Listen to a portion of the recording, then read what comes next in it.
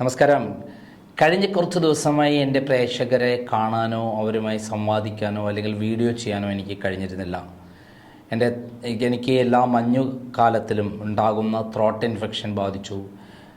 പ്രശസ്ത നാച്ചുറോപ്പതിസ്റ്റായ doctor Jacob വടക്കാഞ്ചേരിയുടെ natural ലൈഫിലായി ഞാൻ കഴിഞ്ഞ കുറച്ച് ദിവസമായി കിടപ്പിലായിരുന്നു. ഇന്ന് വീണ്ടും വന്നിരിക്കുന്നു.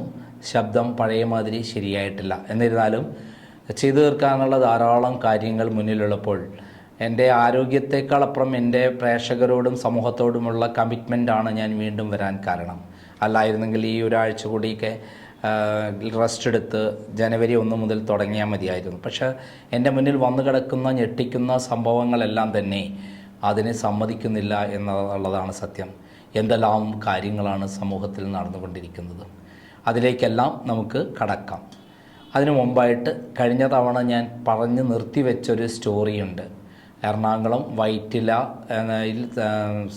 സിൽവർ സാൻഡ് ഐലൻഡിൽ ചന്ദർ കുഞ്ച് എന്ന് പറയുന്ന പേരിലുള്ള ഒരു ആർമിയുടെ ഫ്ലാറ്റ് സമുച്ചയമുണ്ട്. 3 ഫ്ലാറ്റ് സമുച്ചയങ്ങളാണുള്ളത്.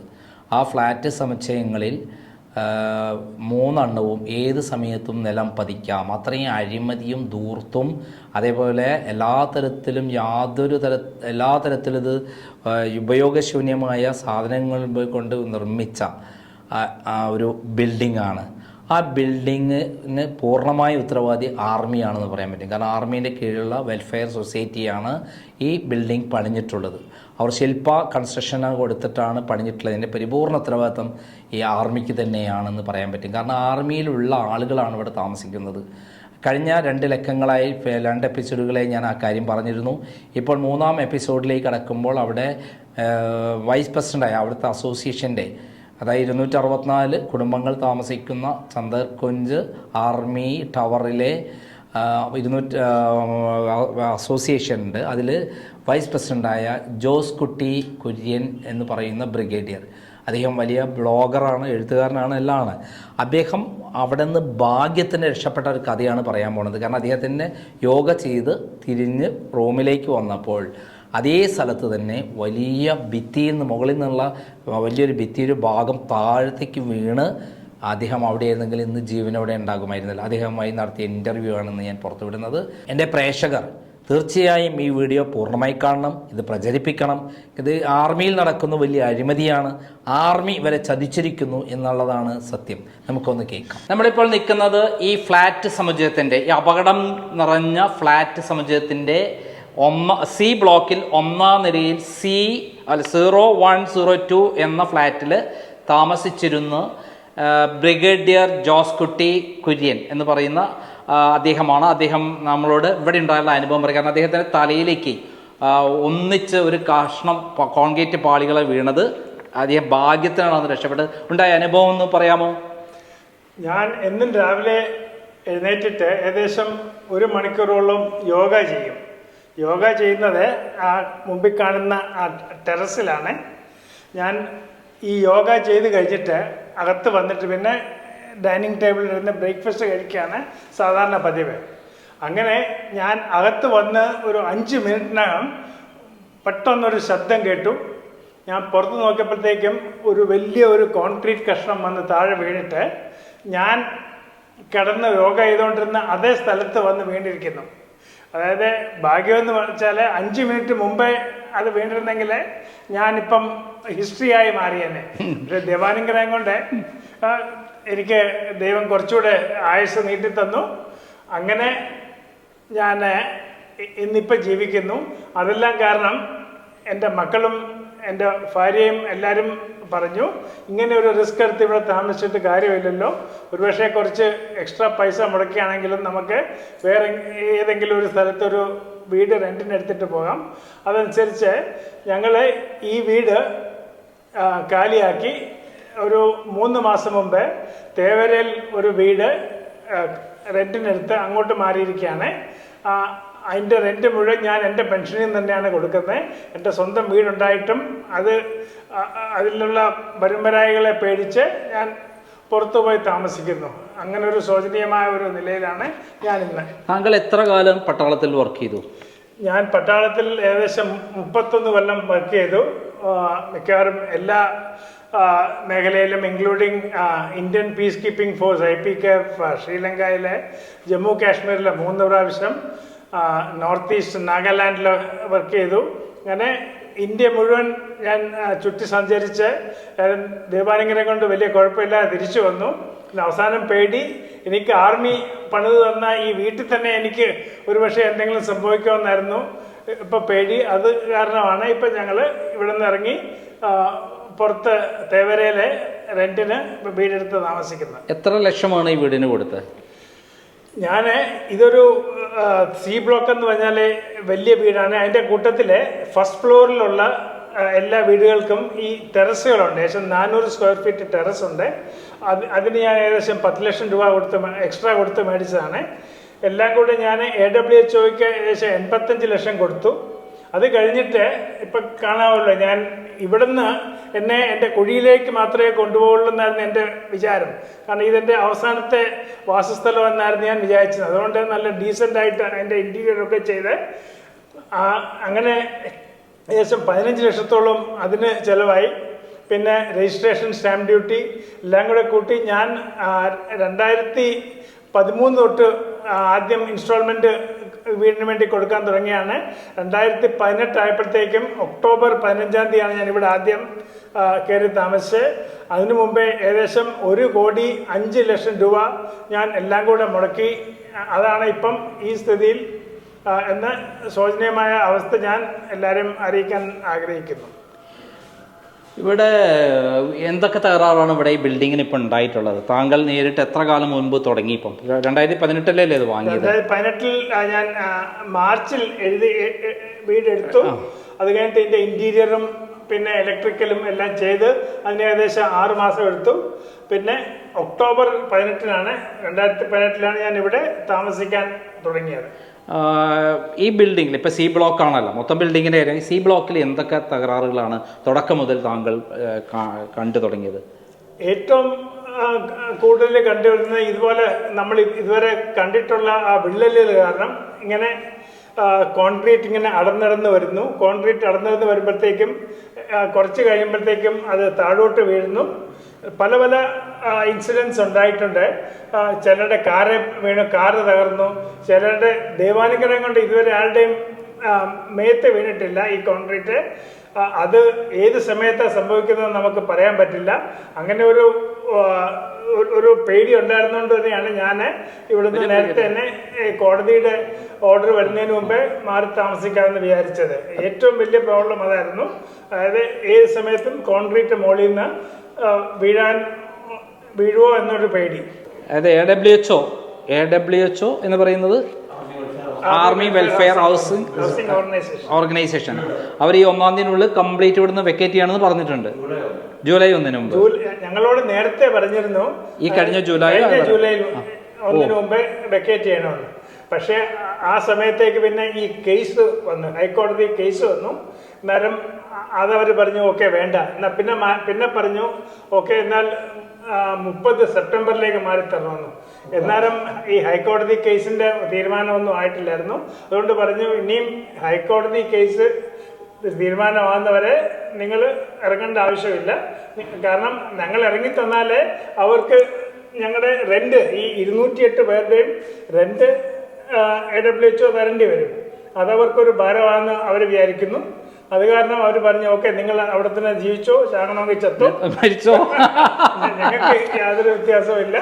അതുകൊണ്ട് നിങ്ങൾ ഇറങ്ങണ്ട, ഞങ്ങളുടെ സൈഡിൽ നിന്ന് ഇറങ്ങണ്ട, കോടതിയുടെ വിധി വരുന്നത്. ഈ ലോകത്തിലെ ഇന്ത്യയിലെ ഓരോ പൗരനും ഏറ്റവും അഭിമാനത്തോടെ കാണുന്നതാണ് പട്ടാളം എന്ന് പറയുന്നത്. അവിടെ വർക്ക് ചെയ്യുന്ന ആൾക്കാർ എല്ലാവരും ബഹുമാനത്തോടെയാണ് കാണുന്നത്, രാജ്യത്തിന് സേവനം അനുഷ്ഠിച്ചത്. അവരുടെ വർക്കൊക്കെ കഴിഞ്ഞ് സേവനം അനുഷ്ഠിച്ച് ശിഷ്ടകാലം സ്വസ്ഥമായി ജീവിക്കാൻ എല്ലാ സൗകര്യം ഒരുക്കി തരേണ്ട ഈ ആർമി തന്നെ നമ്മളുടെ ശവക്കുഴിയും കൂടെ തോണ്ടുന്ന ഈ പരിപാടി നടത്തുന്നതിനെ കുറിച്ച് എന്താണ് അങ്ങേക്ക് പറയാനുള്ളത്? എന്നെ സംബന്ധിച്ചിടത്തോളം ഞാൻ 10 വയസ്സാവുന്നതിന് മുമ്പേ യൂണിഫോമിൽ കയറിയ ഒരാളാണ്. ഞാൻ ആദ്യം 10 വയസ്സാവുന്നതിന് മുമ്പേ സൈനിക് സ്കൂളിൽ പോയി. പിന്നെ അവിടെ നിന്ന് നേരെ നാഷണൽ ഡിഫൻസ് അക്കാഡമി കടക്വാസിലായി പോയി. അങ്ങനെ ഏകദേശം ഒരു 45 വർഷത്തോളം യൂണിഫോം ഇട്ടു. ആർമി ആണ് എന്നെ തീറ്റിപ്പോറ്റത്. എൻ്റെ മക്കളൊക്കെ നല്ല നിലയിലായത് ആർമിയുടെ ഇതുകൊണ്ടാണ്. അതുകൊണ്ട് ആർമിയെ സംബന്ധിച്ചിടത്തോളം എനിക്ക് ആർമിയോട് യാതൊരു വൈരാഗ്യമില്ല, എനിക്കൊരു കംപ്ലൈൻറ്റും ഇല്ല.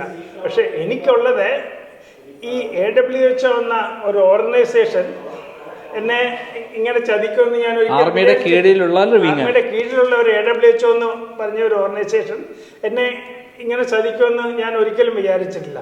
കാരണം ഞാൻ 1988 പൂനെയിലെ ഒരു AWHO വീട്, സാളുങ്ക്യ ബിഹാർ എന്ന് പറയും, അവിടെ മേടിച്ചിരുന്നു. അത് നല്ല വീടായിരുന്നു, എനിക്കത് ഇഷ്ടപ്പെട്ടു. പക്ഷേ അന്ന് ഞാൻ സർവീസിലായിരുന്നുകൊണ്ട് അവിടെ താമസിക്കാൻ പറ്റിയില്ല. അത് വാടകയ്ക്ക് കൊടുത്തിരുന്നു. അത് കഴിഞ്ഞിട്ട് കുറച്ച് നാൾ കഴിഞ്ഞിട്ട് പിന്നെ ഞാനത് വിറ്റു. അന്നേരം അതുകൊണ്ട് എനിക്ക് ആർമിയോട് യാതൊരു കംപ്ലൈൻറ്റും ഇല്ല. ആർമി എന്നെ തീറ്റിപ്പോറ്റി, നമ്മുടെ ബ്ലഡിൽ അലിഞ്ഞതാണ് ആർമി. ഇപ്പോഴും ആർമി എനിക്ക് ഡീസൻ്റ് ആയിട്ടുള്ളൊരു പെൻഷൻ തരുന്നുണ്ട്. അതുകൊണ്ട് ആർമിയോട് എനിക്ക് യാതൊരു കംപ്ലൈൻറ്റും ഇല്ല. എത്ര വർഷം? 35 വർഷമാണോ സേവനം അനുഷ്ഠിച്ചത്? 31 വർഷം. അത് വിട്ടിട്ട് പിന്നെ ഞാൻ സ്റ്റേറ്റ് ബാങ്ക് ഓഫ് ഇന്ത്യയിലെ സെക്യൂരിറ്റിയുടെ ഹെഡായിട്ട് ബോംബെയിൽ ജോയിൻ ചെയ്തിരുന്നു. അങ്ങനെ അതും കൂടെ കൂട്ടി ഏകദേശം 39 വർഷത്തോളം ഞാൻ സ്റ്റേറ്റ് ബാങ്ക് അല്ലെങ്കിൽ ആർമിയിലെ സേവനം അനുഷ്ഠിച്ചിട്ടുണ്ട്. താങ്കൾ വ്ളോഗ്, അതായത് യാത്ര ചെയ്യുന്ന അനുഭവങ്ങളെല്ലാം തന്നെ പങ്കുവെക്കുന്ന ഒരാളാണ് സോഷ്യൽ മീഡിയയിൽ. അങ്ങനെയുള്ള ഒരാൾ ഈ അനുഭവത്തെക്കുറിച്ച് എങ്ങനെയാണ് കാണുന്നത്? ഇതിനെക്കുറിച്ചും ഞാൻ ഒരു ബ്ലോഗ് ഏകദേശം സെപ്റ്റംബർ അവസാനമായിരുന്നെന്ന് തോന്നുന്നു ഇട്ടിട്ടുണ്ട്. അതിന് നല്ല റെസ്പോൺസാണ് കിട്ടിയത്.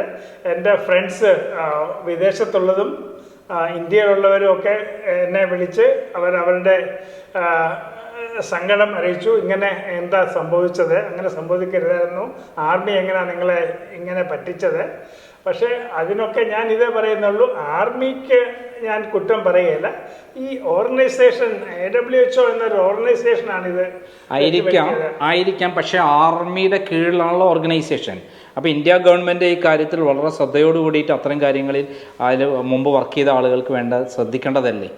തീർച്ചയായിട്ടും. അതായത് ഒരുപക്ഷെ ആർമി എന്ന ഓർഗനൈസേഷൻ ഞങ്ങൾക്ക് നീതി തന്നില്ലെങ്കിൽ ഞങ്ങൾക്ക് ഇപ്പോഴും പൂർണ്ണ വിശ്വാസമുണ്ട് നമ്മുടെ രാജ്യത്തെ എല്ലാ കോടതികളും അല്ലെങ്കിൽ ബാക്കി എല്ലാ ഇൻസ്റ്റിറ്റ്യൂഷൻസും, കളക്ടേഴ്സ് ഓഫീസാണെങ്കിലും അഡ്മിനിസ്ട്രേറ്റീവ് എക്സിക്യൂട്ടീവ് ഓഫീസേഴ്സ് ആണെങ്കിലും അവരൊക്കെ ഞങ്ങളുടെ സഹായത്തിൽ വരുമെന്ന് എനിക്ക് പൂർണ്ണ വിശ്വാസമുണ്ട്.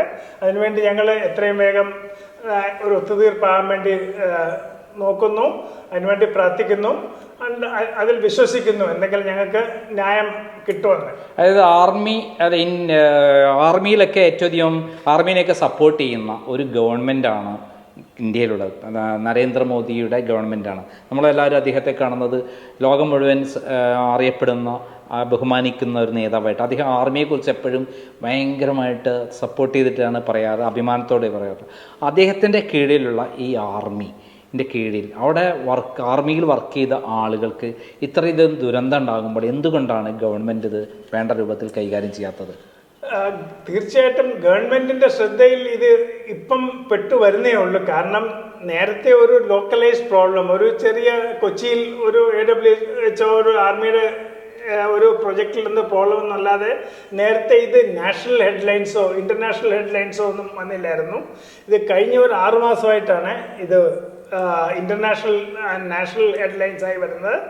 ഇപ്പം ഞങ്ങൾക്ക് ലേറ്റസ്റ്റ് അറിഞ്ഞത് രക്ഷാമന്ത്രി രാജ്നാഥ് സിംഗ് സാറ് പുള്ളി ഇതിനെക്കുറിച്ച് ഒരു ഡീറ്റെയിൽഡ് റിപ്പോർട്ട് AWHO എന്ന് ചോദിച്ചിട്ടുണ്ട്.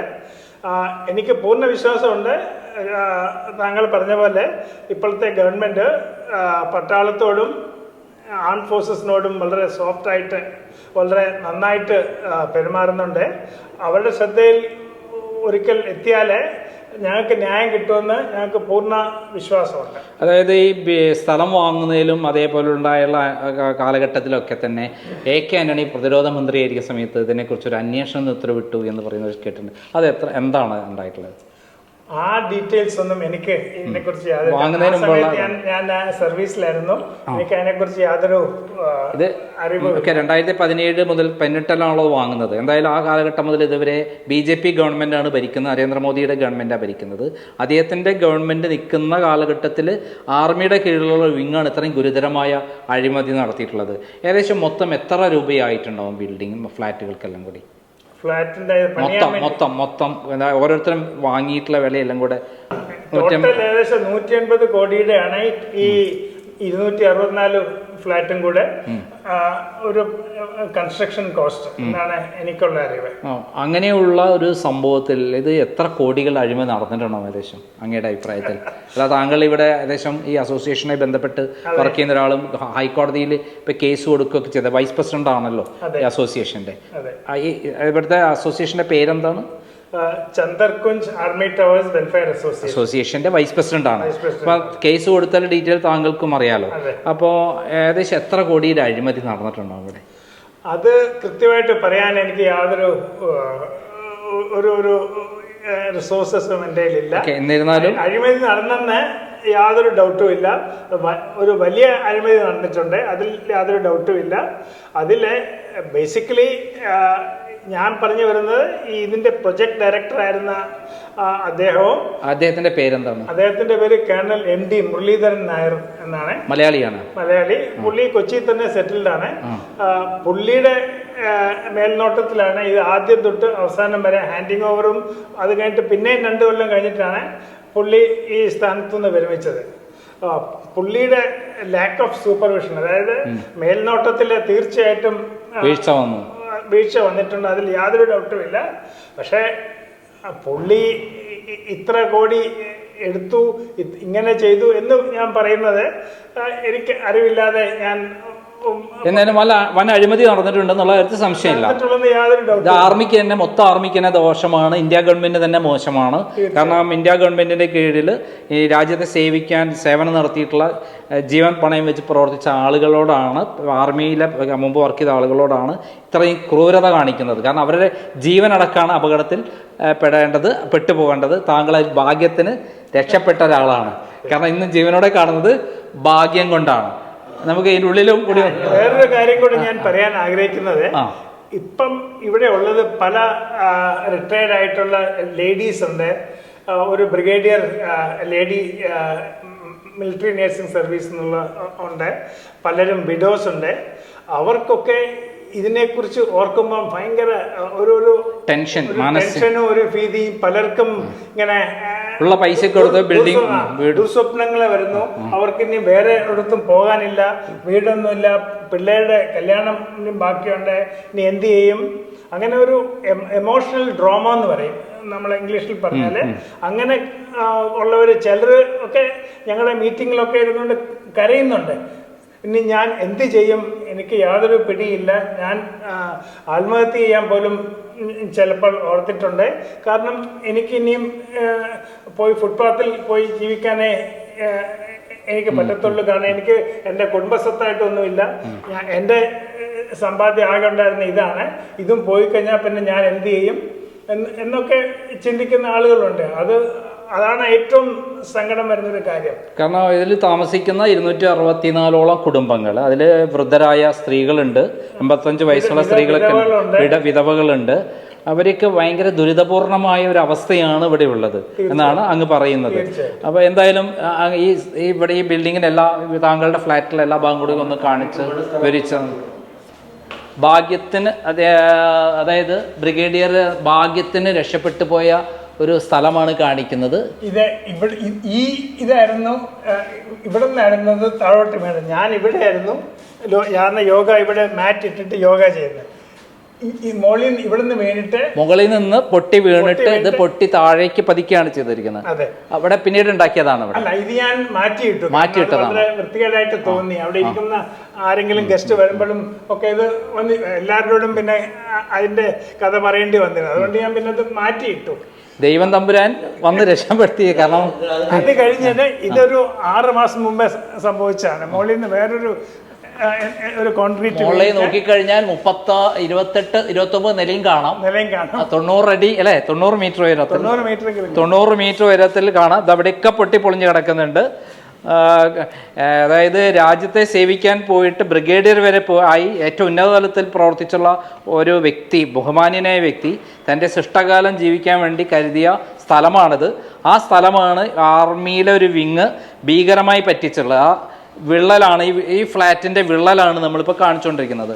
ഇവിടെ ഇപ്പോഴും ഞാൻ നിൽക്കുന്ന പോലെ അപകടമാണ്. കാരണം അദ്ദേഹം യോഗ ചെയ്തും കൊണ്ട് മാറിയപ്പോഴാണ് ഇതേപോലെ മുകളിൽ നിന്ന് താഴേക്ക് പതിച്ച് ഭാഗ്യത്തിന് രക്ഷപ്പെട്ടു പോയത്. അത് കഴിഞ്ഞിട്ട് ഏകദേശം 1 കൊല്ലം മുമ്പേ വീണതാണ് ഇത്. ഏത് സമയത്തും ഇവിടെ നിൽക്കുമ്പോൾ, ഇപ്പം നിൽക്കുമ്പം പോലും മുകളിൽ താഴേക്ക് വീഴാം. ജീവൻ അപകടപ്പെടുത്തിക്കേണ്ടത്. ഇവിടെയൊക്കെ ഭയങ്കര വിള്ളലാണ്. ഇതാ കണ്ടു കഴിഞ്ഞാൽ ഞെട്ടിപ്പോകും. ഒരു 1-ാം നിലയിൽ ഈ ബിൽഡിംഗ് ഫ്ലാറ്റ് സമുച്ചയത്തിൻ്റെ 1-ാം നിലയിലുള്ള വിള്ളലാണ് കാണുന്നത്.